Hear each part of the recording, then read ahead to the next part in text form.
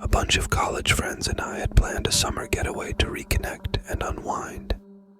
I took charge of booking an Airbnb, a cabin nestled deep in the woods near our old campus, promising us the freedom to make noise and enjoy ourselves to the fullest. I secured the place for the weekend, extending the stay for 2 days prior, relishing the idea of a week-long retreat just for myself. Arriving at the cabin, I was captivated by the stunning surroundings. Positioned amid a grassy expanse, it boasted a majestic backdrop of a vast forest. Stepping inside, I marveled at its spaciousness and the exhilarating sense of seclusion it offered. After settling into one of the bedrooms, I slipped into my hiking gear, eager to explore the wilderness. The forest paths meandered around the tree line, distinctly different from the typical trails found in public reserves. Opting for one of these trails, I ventured forth. As I delved deeper, the forest grew denser, the lush grass giving way to a tangle of trees until I stumbled upon a small clearing. Within this open space lay a cluster of weathered, grimy tents or huts. Intrigued, I cautiously approached, my curiosity piqued by the objects scattered around the area. I wasn't entirely sure about the site. It seemed like a deserted campsite, leaving me puzzled as to why it was abandoned. After a brief exploration, unease crept in, urging me to head back before my apprehension escalated.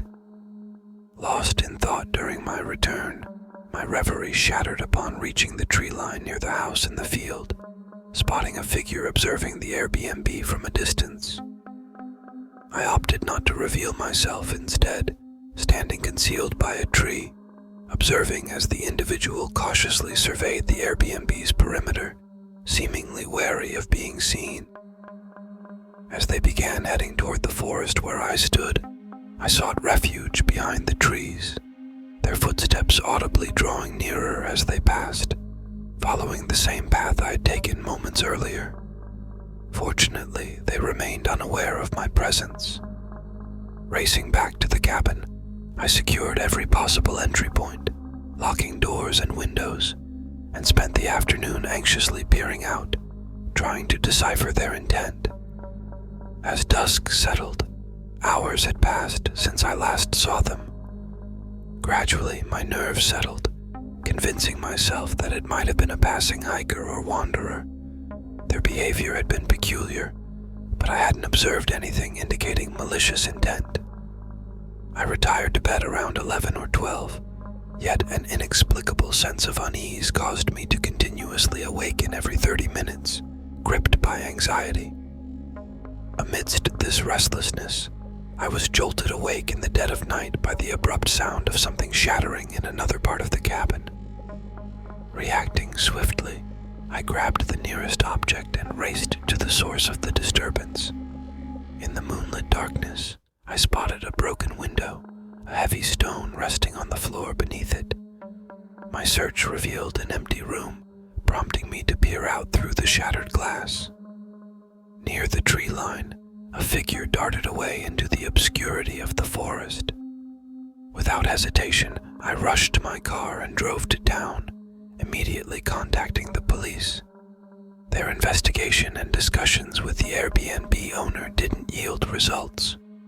We relocated to another place for the weekend, ensuring our safety, and managed to salvage an enjoyable time. Yet, the man's identity remained shrouded in mystery, his motives for lurking around the cabin and hurling the stone through the window unresolved. During my recent road trip, I lodged at 2 Airbnbs, both merely pit stops for rest rather than leisurely stays. The first Airbnb was in a remote small town, a 10-hour drive from my home. Arriving there, I was taken aback by its minuscule size. The town consisted of no more than 30 to 40 houses, featuring a solitary grocery store and a few scattered markets at its heart. Pulling into the driveway of the listed one-bedroom house, I noted the absence of any exterior shots in the photos, now comprehending why. The The exterior appeared antiquated, likely untouched since its construction, while the interior held promise. However, my initial impressions dampened my optimism. Exiting the car, I retrieved my bag from the trunk and neared the front door, sensing an eerie ambience. Pausing, I absorbed the absolute silence enveloping the town. Nighttime typically invites some background noise elsewhere, but here, an unsettling stillness pervaded, an eerie departure from my usual urban experiences. Approaching the door, I retrieved the key from the lockbox, only to discover the door was already unlocked. With caution, I slowly pushed it open, calling out to see if anyone was inside. No response echoed back, and the darkened interior appeared devoid of any occupants.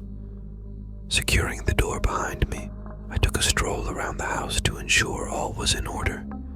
Surprisingly, the interior surpassed the exterior shabbiness, leading me to believe the unlocked door was merely a minor oversight. Nothing else seemed amiss. Exhausted and with an early start looming, I retired to bed within 15 minutes of arrival.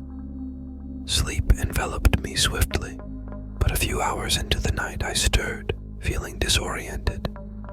Fumbling for my phone to check the time, a dull thud interrupted the silence from beyond the room. Startled, I sprang out of bed, eyes wide, fixated on the door. The sound dissipated, leaving an eerie quietness in its wake. Mustering courage, I cautiously opened the door, scrutinizing the empty hallway. No traces of the sound were evident on the walls. Proceeding cautiously, I ventured further into the darkness, peering around the corner into the living room. The man sat motionless on the couch, his back turned toward me, gazing into the dark expanse of the unlit room. My stomach lurched, freezing me in place as I watched, unsettled by his nonchalant demeanor, seemingly oblivious to the fact he was trespassing in another's home. Silently and cautiously, I retreated to my room, securing the door and swiftly contacting the police. Stranded in this remote location, I huddled in the corner of the room, tense and anxious, awaiting the arrival of law enforcement for what felt like an agonizingly long hour. Throughout that time, there was an eerie absence of any sound from beyond the room. Not a footstep, nor a knock disturbed the silence. However, upon the police's entrance and subsequent search, the man had vanished without a trace, leaving behind only the unlocked front door. After the police concluded their investigation and departed, I was resolute in continuing my journey, eager to leave the unsettling city behind. The Airbnb host reimbursed my stay and maintained contact with law enforcement regarding the unsettling occurrence. However, as days passed, updates ceased, leaving me with a lingering uncertainty and an unanswered mystery regarding that haunting night. 3 summers ago, I booked an Airbnb close to my family in Arizona.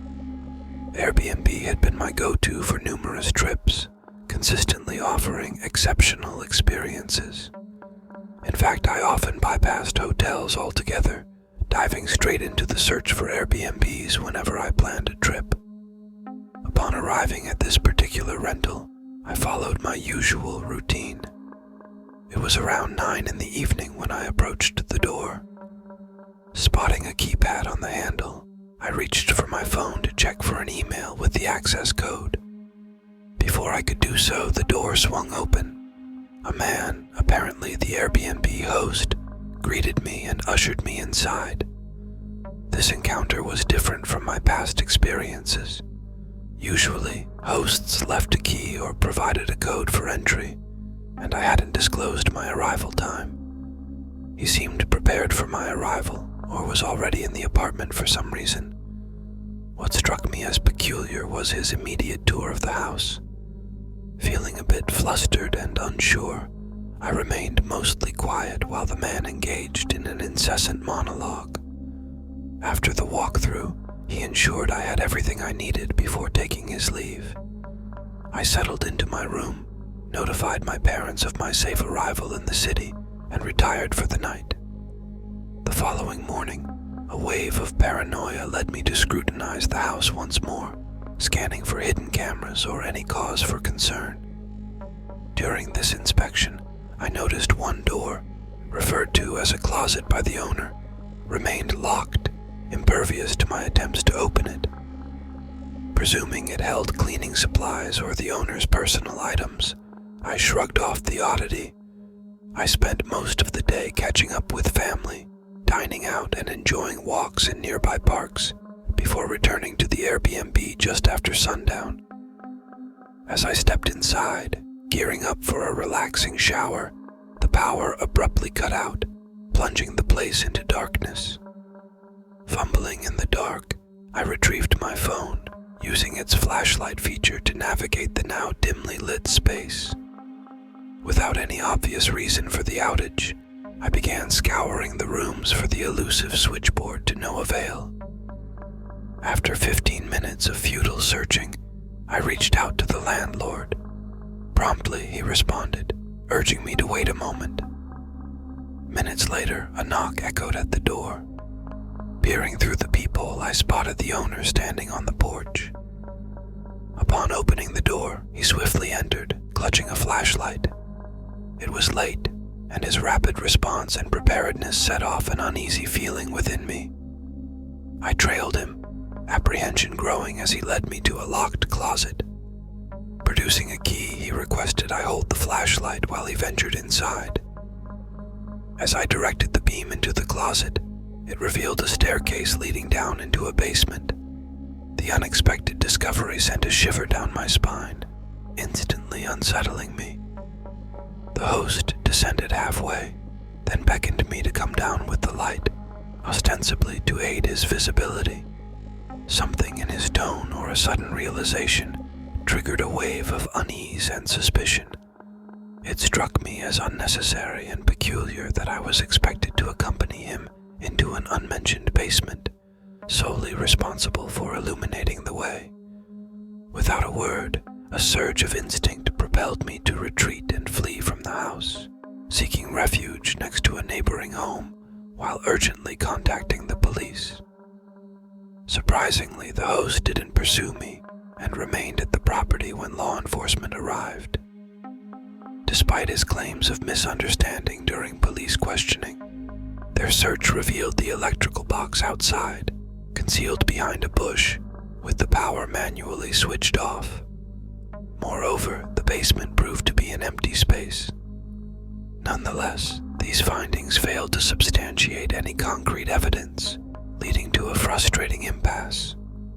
My gut insists he deliberately cut the power. What he intended in that basement, I shudder to even ponder.